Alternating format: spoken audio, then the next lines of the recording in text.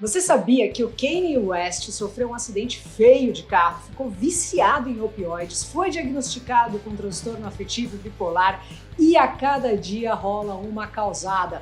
Hoje, Kanye West no Cada Caso, um caos.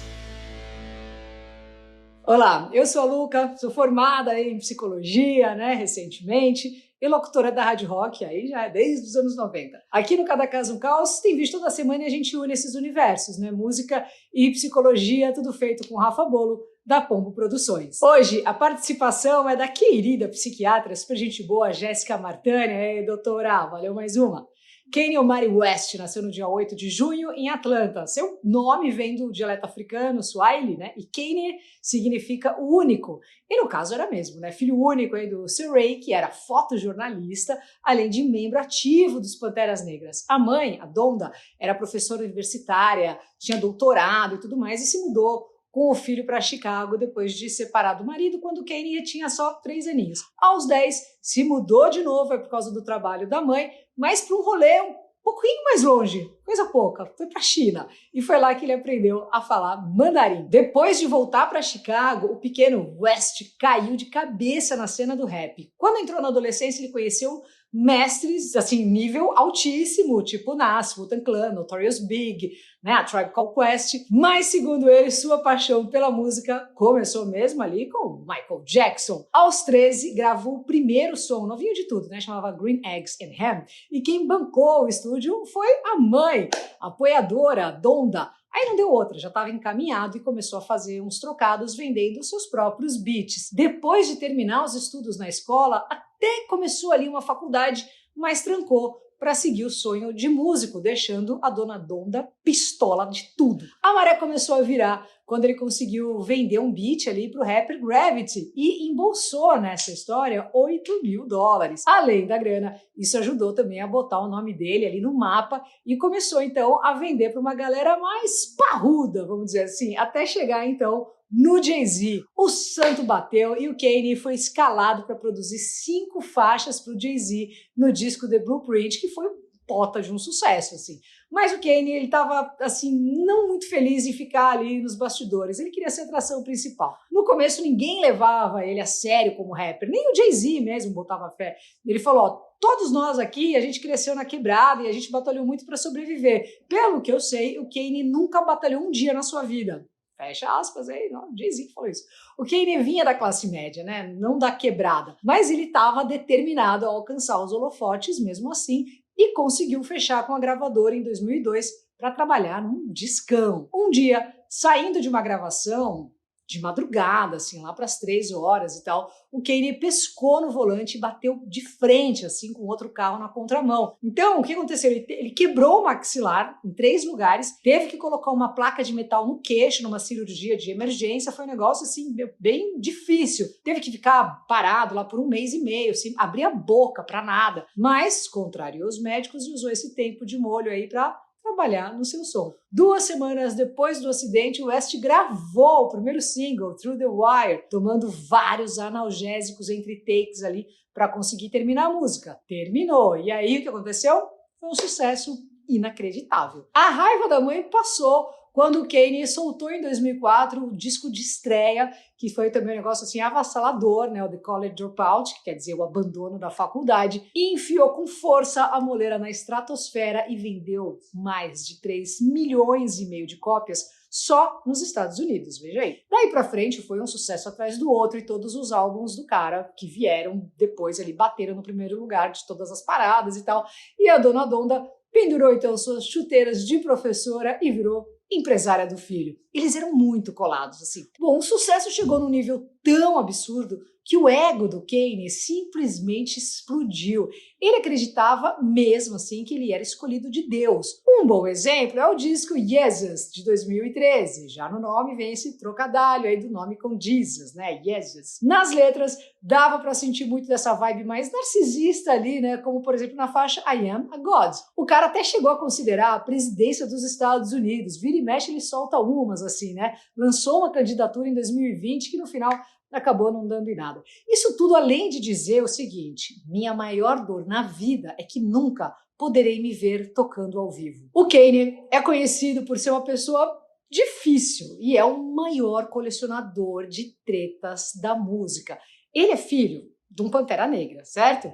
Disse uma vez que a escravidão foi uma escolha. Teve aquela famosíssima treta com a Taylor Swift, lembra? Que ele invadiu o palco para tirar o prêmio da mão dela, um negócio assim constrangedor. Enfim, só algumas, né? Ele mesmo chegou a postar no Insta uma lista com todas as tretas que ele teve, trazendo nomes ali como Travis Scott, South Park, George W. Bush, mas a real é que a lista é bem mais extensa. Ele já teve treta ali com a Apple, Spotify, com Obama, com a Hillary Clinton, com a Disney, com o Jimmy Kimmel, com o Jay-Z, com o Justin Timberlake, o Drake, até pra Peppa Pig já sobrou farpa, sério. Em 2018, o Kanye foi oficialmente diagnosticado com transtorno afetivo bipolar. O diagnóstico veio junto com o 8º disco, Yeah, onde na capa está escrito "Eu odeio ser bipolar / é incrível". No documentário da Netflix, ele comenta sobre o impacto do transtorno na sua vida, dizendo que houve momentos em que se sentiu assim um total suicida. Isso fora as crises de paranoia pesadíssimas, né? Ele achava que todo mundo era um ator, tudo era uma conspiração, falou que sentia que estava sendo gravado a todo instante, sentia que todo mundo queria matar ele, entre outras coisas. Mas também chegou a descrever o transtorno ali como sendo um tipo do seu superpoder. A Kim Kardashian, né, que foi casada com ele, disse que o marido se recusava a tomar as medicações, não queria de jeito nenhum, com medo disso acabar afetando a criatividade do Kanye. Antes mesmo do diagnóstico, a saúde mental dele vinha ficando assim cada vez mais instável, ainda mais depois da morte da mãe, em 2007, né? A dona Donda teve uma parada cardíaca depois de uma lipoaspiração, né? Então, assim, aos 58 anos, foi um susto ali, que bancou essa lipo, inclusive, foi ele. Isso destruiu o Kanye. Ele já tinha declarado para geral que a mãe era a melhor amiga dele. Além do luto pesado, ele se culpava a ponto de afirmar que sacrificou a mãe dele em troca da sua carreira, sabe? Assim, ele entrou numas pesadíssimo mesmo. E aí as coisas começaram a piorar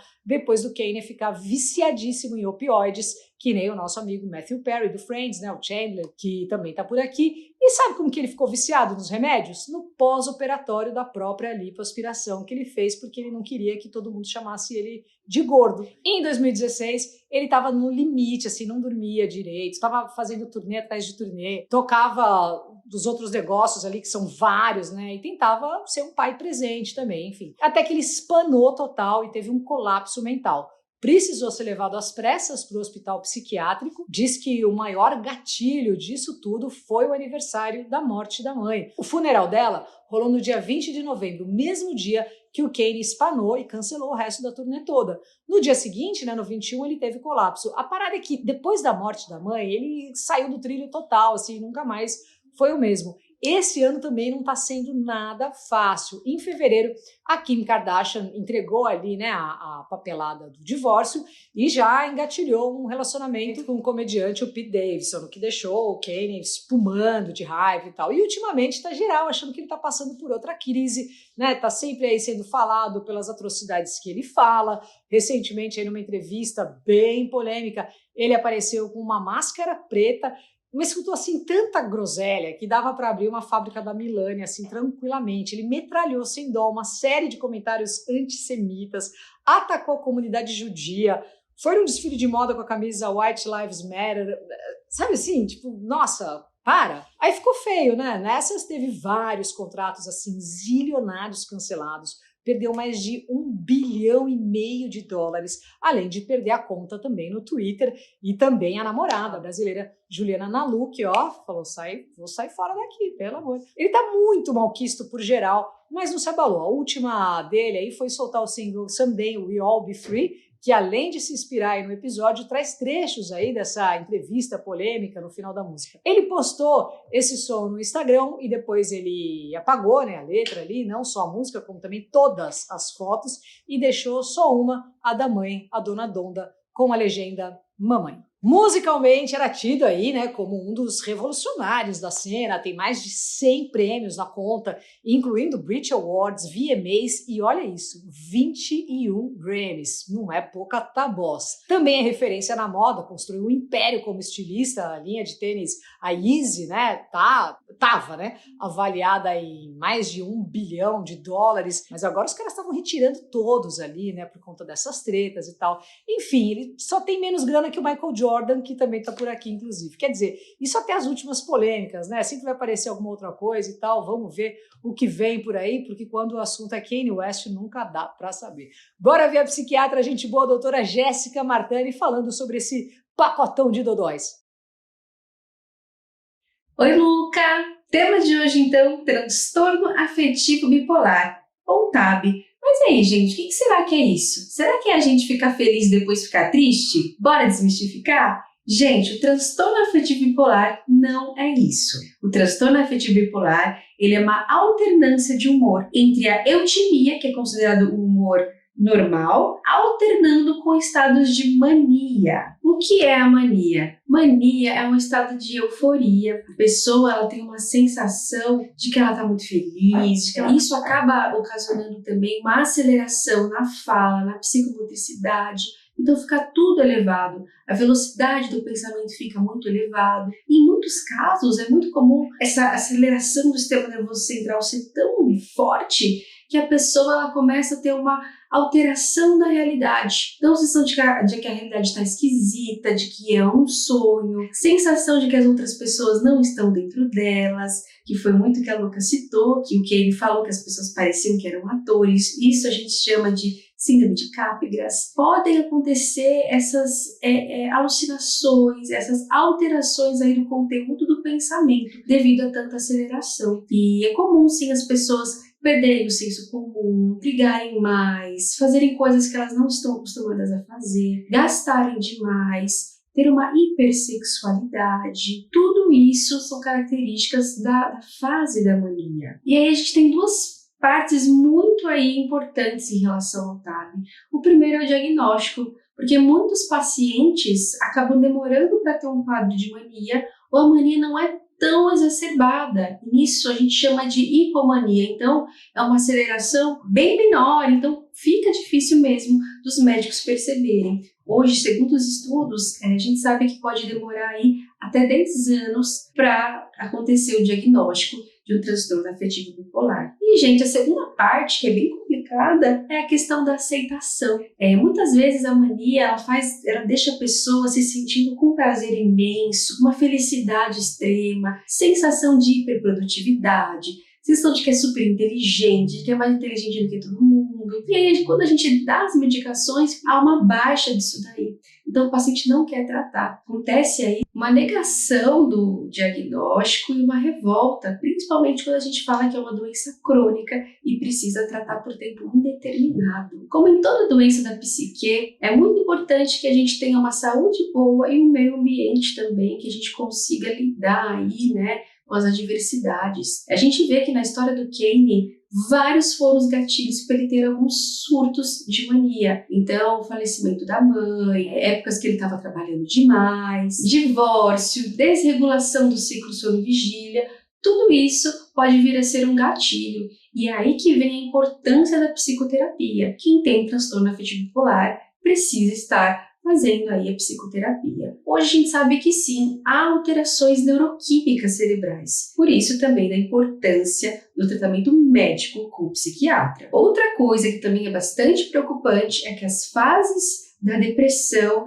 juntamente com essa dificuldade de autoaceitação, pessoas com TAB, elas têm maior probabilidade do autoextermínio. Por isso que é super importante a gente estar atento e ir para o tratamento. E observe na prática clínica um tanto de pessoas talentosas, inteligentes, e a gente vê mesmo a história do Kanye, uma pessoa super inteligente, com vários prêmios. E é o que eu falo, gente, não adianta dinheiro, não adianta fama, sucesso, prêmios, se a nossa saúde mental não está em dia. Um bom acompanhamento terapêutico, a gente consegue sim encontrar as melhores soluções, o melhor manejo medicamentoso para cada pessoa. E é isso, a gente fica na torcida, vê se cuida, né, Kanye?